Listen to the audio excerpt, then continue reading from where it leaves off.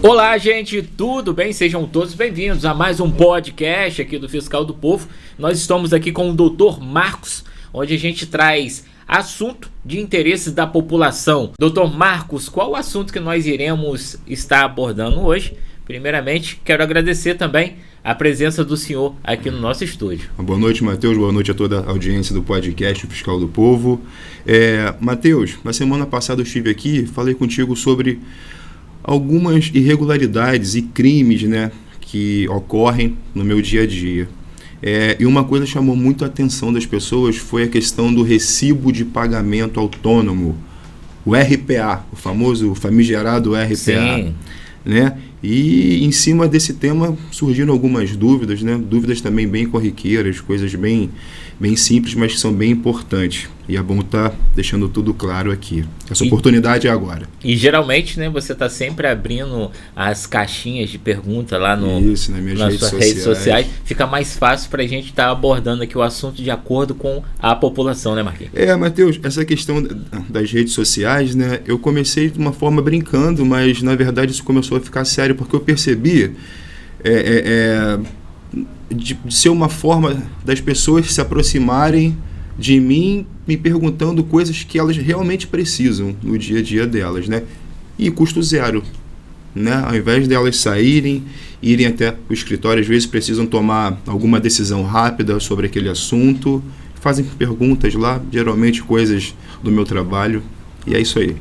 E isso é muito importante, né? De uma forma ou de outra, você está ajudando a população. Sim. Ali, tirando as dúvidas dela ali pela rede social. Isso é bem legal. Então, Marquinhos, pode ficar à vontade para estar explanando aqui pra gente, trazendo aí essa informação tão importante que é do RPA. Obrigado, Matheus. Vamos lá. A primeira coisa que eu queria dizer é que o que é o recibo de pagamento autônomo, Matheus? Deixa eu dar um exemplo para você. Você precisa contratar, né, alguns serviços esporádicos ou por poucos dias, né? Mas, Marcos, como é que eu consigo efetuar o pagamento por esses serviços prestados de uma forma contábil, regularmente, né? Você é uma pessoa que gosta de tudo certinho, e como é que eu pago por esses serviços, né? Impostos e coisas assim, sem que me traga também grandes prejuízos, porque a gente sabe que é tudo muito caro. A melhor forma, o melhor meio disso é através do RPA, né? O contrato de RPA, Recibo de Pagamento Autônomo. Aquela pessoa presta um serviço, uma pessoa física, tá bom, Matheus? É preciso pontuar isso também. Sim. É pessoa física, ela presta um serviço esporádico, tá? Por poucos dias. Jamais, Matheus, pode ser por continuidade. Aquele serviço não pode ser contínuo, que dure muito tempo, sabe? Porque você já começa a entender como se estivesse burlando a legislação trabalhista, porque serviços contínuos é vínculo de emprego. E esse RPA é tirado por onde? É o contador? Da onde que vem, Matheus, esse RPA? A própria empresa contratante é quem tem a responsabilidade de emitir o RPA. Inclusive, é da própria empresa contratante também a responsabilidade de descontar os impostos, né? Imposto de renda, INSS e ISS. Ô Marcos, eu acho que é uma dúvida também da população. Quem pode ser o RPA? Quem pode tirar o RPA? Matheus, todos os profissionais liberais e autônomos podem emitir um recibo de pagamento autônomo, tá? Dentista, médicos, manicure, pedicure, caseiro, engenheiro, advogado, jornalista, entrevistador, câmera, qualquer um. Havia falado aí que tem alguns descontos de impostos recolhido pela empresa contratante, como que é? Então, Matheus, funciona assim. Isso é uma pergunta boa, porque o contratado, quem está prestando os serviços, tem que ficar muito atento a alguns valores. Existe o recolhimento de 27,5% do imposto de renda, né? Sobre toda aquela renda dentro de um único mês, e a taxa de 27,5%, ou seja, pega uma boa parte do valor que aquele prestador de serviço está recebendo no final do mês. Então, assim, uma boa alternativa para ele seria ter um CNPJ, seria muito bom.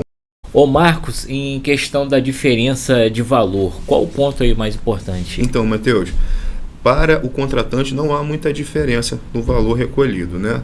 Mas assim, o que eu preciso chamar a atenção nessa questão não é nem no valor, é na questão que você não pode continuar pagando se o serviço prestado for contínuo, né? Isso está burlando a lei. Então, um ponto importante não é nem a questão do valor. Emitiu o RPA, tem que prestar atenção no trabalho contínuo. Matheus, uma outra coisa importante também, que pode gerar um vínculo de emprego ou até uma ação na Justiça do Trabalho com relação a isso, é quando o empregado, o prestador de serviços autônomos, trabalha na mesma empresa, né, onde existe um outro funcionário de carteira assinada com as mesmas qualificações técnicas, cumprindo a mesma jornada de trabalho, né, com o mesmo salário de repente. Então, assim, pode haver uma equiparação e isso pode gerar o vínculo de emprego com aquele contratante. Então, tem que ter muita pressão. Essas consequências com aquela empresa que burla a lei? Então, Matheus, as consequências são multas e taxas, termos de ajuste de conduta. E tem também, Matheus, a não permissão da emissão de um contrato de RPA por um determinado período de tempo. Quanto o prazo, qual o tempo que pode estar durando aí um RPA? Os serviços de RPA são serviços prestados de forma esporádica ou por poucos dias.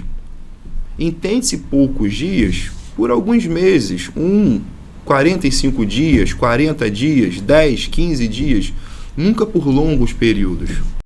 Então, Marcos, quando a gente começa, né, a falar de assuntos que é de acordo com as perguntas, né, da população, a gente, cada vez mais a gente quer buscar.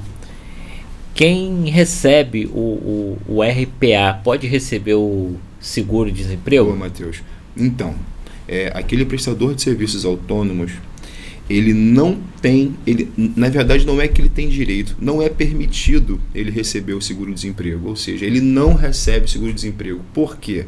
Porque o nome já diz seguro-desemprego. Então, se aquele cara está recebendo algum valor, desempenhando atividades funcionais, ele não está desempregado.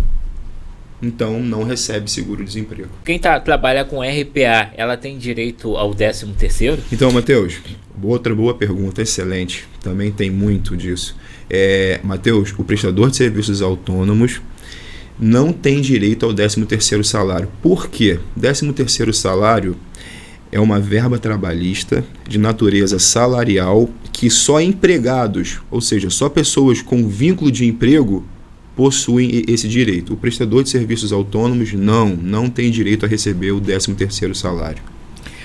Marcos, eu quero agradecer a sua disponibilidade para estar aqui no estúdio, né, no podcast O Fiscal do Povo, para estar aí esclarecendo essas dúvidas, né, para a população. Isso não deixa de ser, né, um serviço prestado à população, esse trabalho que a gente tem feito aqui no podcast. Quero deixar você com as suas considerações finais. Tá, Matheus, você bem breve, até pelo estender da hora, mas eu estou feliz mesmo de estar aqui novamente. Obrigado por ter me chamado novamente. Sempre que precisar, eu estou às ordens. Um abraço a todos. Acesse o nosso site, ofiscaldopovo.com.